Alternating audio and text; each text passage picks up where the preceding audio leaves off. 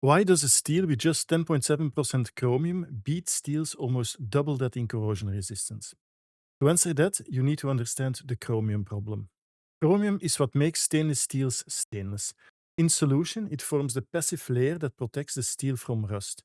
You need about 10.5 to 11% chromium in the matrix to get there. But chromium also reacts with carbon to form chromium carbides. Those carbides improve wear resistance, but every chromium atom locked inside one is chromium that is no longer available for corrosion protection. That is the central trade-off. The more carbon you add to boost hardness and wear resistance, the more chromium you risk pulling out of solution. So how do you solve that? First, the most simple idea. If carbides steal your chromium, just use more chromium. M390 has 20% chromium and 1.9% carbon. A huge part of that chromium ends up in carbides, but there's enough left in the matrix to still be stainless. It works. M390 is a decent steel, but it comes at a cost. Chromium carbides are softer and coarser than vanadium or niobium carbides. You end up needing a lot of them for decent wear resistance. And this drops your toughness. So Larry Thomas' data shows that PM stainless steels consistently have about half the toughness of non-stainless PM steels at the same level of edge retention. And you can't heat treat those chromium carbides away either, even at the highest practical austenizing temperatures for M390, which is around 2100 Fahrenheit. A large fraction remains. If you go any hotter, you run into excess retained austenize, so you're simply stuck with them. Is there another solution? What if there would be an interstitial element that could harden martensite, sitting in the same lattice sites as carbon, but didn't react with chromium to form carbide? So basically, a carbon replacement that does everything what carbon does, but without the unpleasant side effects. Well, there is one, and it's called nitrogen.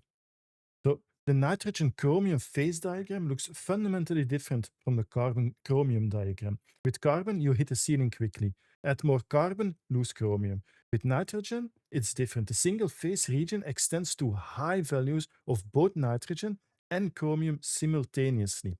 You can have high interstitial hardening and high chromium in solution at the same time.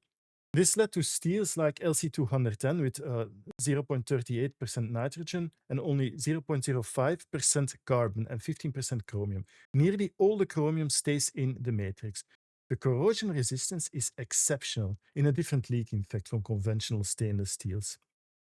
But edge retention is poor and maximum hardness is poor too. So LC200N reaches about 59 to 60 Rockwell with very low carbide volume. On a cut test or a cardboard or on a rope, it loses to M390, to S30V, to most PM stainless steels. The hard carbides that give you wear resistance are made of carbon. Remove the carbon and you remove the particles that resist abrasive wear. Vanax, however, addresses this partially with vanadium nitrides. These particles are very hard and contribute to wear resistance, but the total hard particle volume is still modest compared to PM stainless super steels.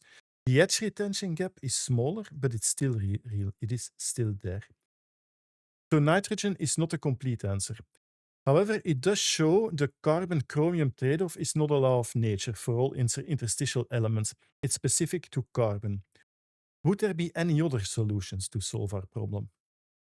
So a different approach entirely. Instead of replacing carbon with nitrogen, what if you keep the carbon but redirect it away from chromium? Vanadium does this to some extent. Vanadium carbide is thermodynamically more stable than chromium carbide. Vanadium will grab carbon preferentially over chromium. This is why steels like S30V and S90V use vanadium. The carbon goes into vanadium carbides instead of chromium carbides, at least partially. But there is a catch. In high chromium steels, vanadium becomes much less efficient at forming its own carbides. You may need nearly 2% vanadium for any vanadium carbide forms at all. The chromium absorbs the vanadium into chromium carbides, enriching it rather than forming separate vanadium carbide particles. At 40% chromium, vanadium's ability to act as a carbon sink is severely compromised. So, what about niobium? Well, Niobium is different. It is a stronger carbide former than vanadium. In CRB7 composition, niobium carbide begins forming with even the smallest niobium additions, even in the presence of 14% chromium. Niobium doesn't get absorbed into chromium carbide lattice the way vanadium does. It reliably forms its own carbide, pulling carbon away from chromium. And niobium carbide has a second property that matters. It's extremely effective at pinning grain boundaries. Vanadium carbides keep grains small, up to about 1000 degrees Celsius, but above that temperature, vanadium will to much higher austenizing temperatures without grain coarsening. Why does that matter? Because chromium carbides dissolve at lower temperatures than vanadium or niobium carbides. They are the least stable of the group. If you can push the austenizing temperature high enough, the chromium carbides will dissolve back into the matrix, freeing that chromium up for passive film, while the vanadium carbides and niobium carbides remain intact. Niobium's grain pinning is what makes that high temperature window accessible.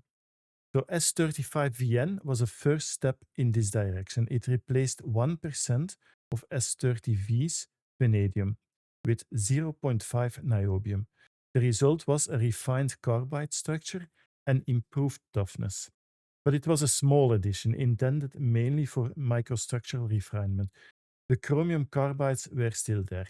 So the question now is what happens if you push this idea much further? So what do you get when you put all of this together? Well, you get this. Do you recognize this steel? You should. It's MagnaCut. 10.7% chromium, that's less than half of what M390 uses. But in saltwater tests, MagnaCut outperformed M390, S30V, S35VN, and 20CV. How? Well, three things happening at the same time. First, the vanadium and niobium together consume nearly all of the available carbon into vanadium carbides and niobium carbides. These are very hard carbides, harder than chromium carbides, and they don't pull chromium out of the matrix. The niobium is critical here because it works reliably even in the presence of chromium, where vanadium alone struggles. Second, the carbon and chromium content are balanced so that whatever small amount of chromium carbides does form has a dissolution temperature of about 2050 Fahrenheit. That's a normal austenizing temperature. At 2050 Fahrenheit, all chromium carbides dissolve. All 10.7% of the chromium goes into solution. And vanadium carbides and niobium carbides, well, they're completely unaffected. They're more stable. The niobium carbides are also still pinning the grain boundaries at that temperature, keeping the microstructure fine. And third, the 0.2 nitrogen and the 2% molybdenum strengthen the passive film beyond what 10.7% chromium alone could do. The nitrogen contributes to pitting resistance. The molybdenum supports the chromium oxide layer. Together, they push MagnaCut's effective corrosion resistance above steel's with far more bulk chromium. After heat treatment, MagnaCut has no chromium carbides. The microstructure is only fine vanadium and niobium carbides in a chromium-rich matrix. SEM imaging confirms both carbide types are present, separate particles with niobium carbides being finer than vanadium carbides. So the result, well, the toughness is comparing to non-stainless tool steels like CPM 4V and Crewware. Corrosion resistance exceeding steels with almost double the chromium. And edge retention between S35VN and S45VN. And a microstructure finer than any previous PM stainless. So none of this came from adding more of something. It all came from understanding the problem well enough to make less do more. If you like this, please subscribe. And if you want to watch another video, there is one on M4 tool steel and on M390. See you guys later.